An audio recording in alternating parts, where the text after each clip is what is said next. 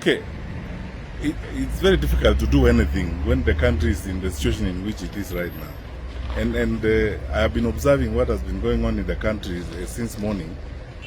Like many of us who are interested in what's happening in the country. And quite frankly, it's very painful and very unfortunate to see, what is going on in the country, because I don't think there's someone around who thinks we should be living like this every day. And our young people getting out, expressing themselves, and the level of violence that we have seen, the level of destruction in the country is unbearable.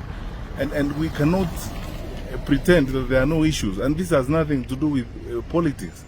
Whatever side of the political divide you belong to, these issues need to be addressed. I keep asking this question: how many lives are we going to lose before we start listening and reasoning with each other? Because what is being asked here really is attention, and then to ensure that we work in an inclusive manner to address the challenges that we face. And we cannot pretend that the challenges don't exist, and then we live as if those who are raising questions, or those who are on the streets, like our young active Kenyans, are just doing it for any other reasons except trying to address the real issues that they deal with on a day-to-day basis.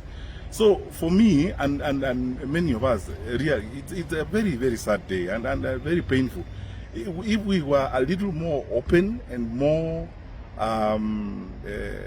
focused in addressing some of these issues, we should not have gotten here this year. Because when this happened last year, there are promises that were made that were never fulfilled. Personally, I've been thinking, actually, and maybe I'll speak about this some more when I get out and start having conversations with people. We needed an open public inquiry on some of these things, and on all things that are being raised, whether it's about unaccounted for deaths and so on. We need an open public inquiry on these matters so that issues can be resolved and can be addressed effectively and conclusively. We cannot go on like this, because the question you ask yourself every day is: how many more lives are we going to lose before we start listening and reasoning with each other? And what else needs to happen before we get to a point where we forget about whether it's politics or whatever the issues are, and focus really on the questions that we are being asked at this particular time? Why must it be that when people ask questions, they are met with either a different attitude, or they are met with violence and so on and so forth? Yet they are basically asking questions, and they're not saying things that are alien to us. They're saying that things that we know and we ought to relate to in an effective manner. So my view is, I've observed this for the bit that I could, and listened very carefully, tried to spend most of the time glued to screens, to YouTube, looking at what was going on. I mean, I've literally spent my day on this particular, and it's because the Gen Z said it's going to be their day. They don't need politicians on the streets and so on. So we have been glued, observing what was happening today. You can hardly do anything. There's nothing you can do when the country is in a situation where it is. We are all on tenterhooks. We don't know what is going to happen. And the level of destruction and violence we have seen across the country, honestly, what is it going to take for us to listen, for our leaders to get to a point where they say, let us listen and reason with each other? And yet, you see, if this is not conclusively and properly addressed, this round is not going to come to an end. We are going to continue dealing with each other in this kind of manner, all the time. I believe that there must come a time in the life of our country when nothing matters but the country. Nothing matters but the stability of the country. Nothing matters but the stability and the satisfaction of the people of that particular country. And for Kenya, for us now, that is the time. Let's for once focus on the issues that these young Kenyans are raising. I mean, approximately, when you look at the statistics, probably about 7 out of 10 Kenyans you talk to are between the age 0 and 35.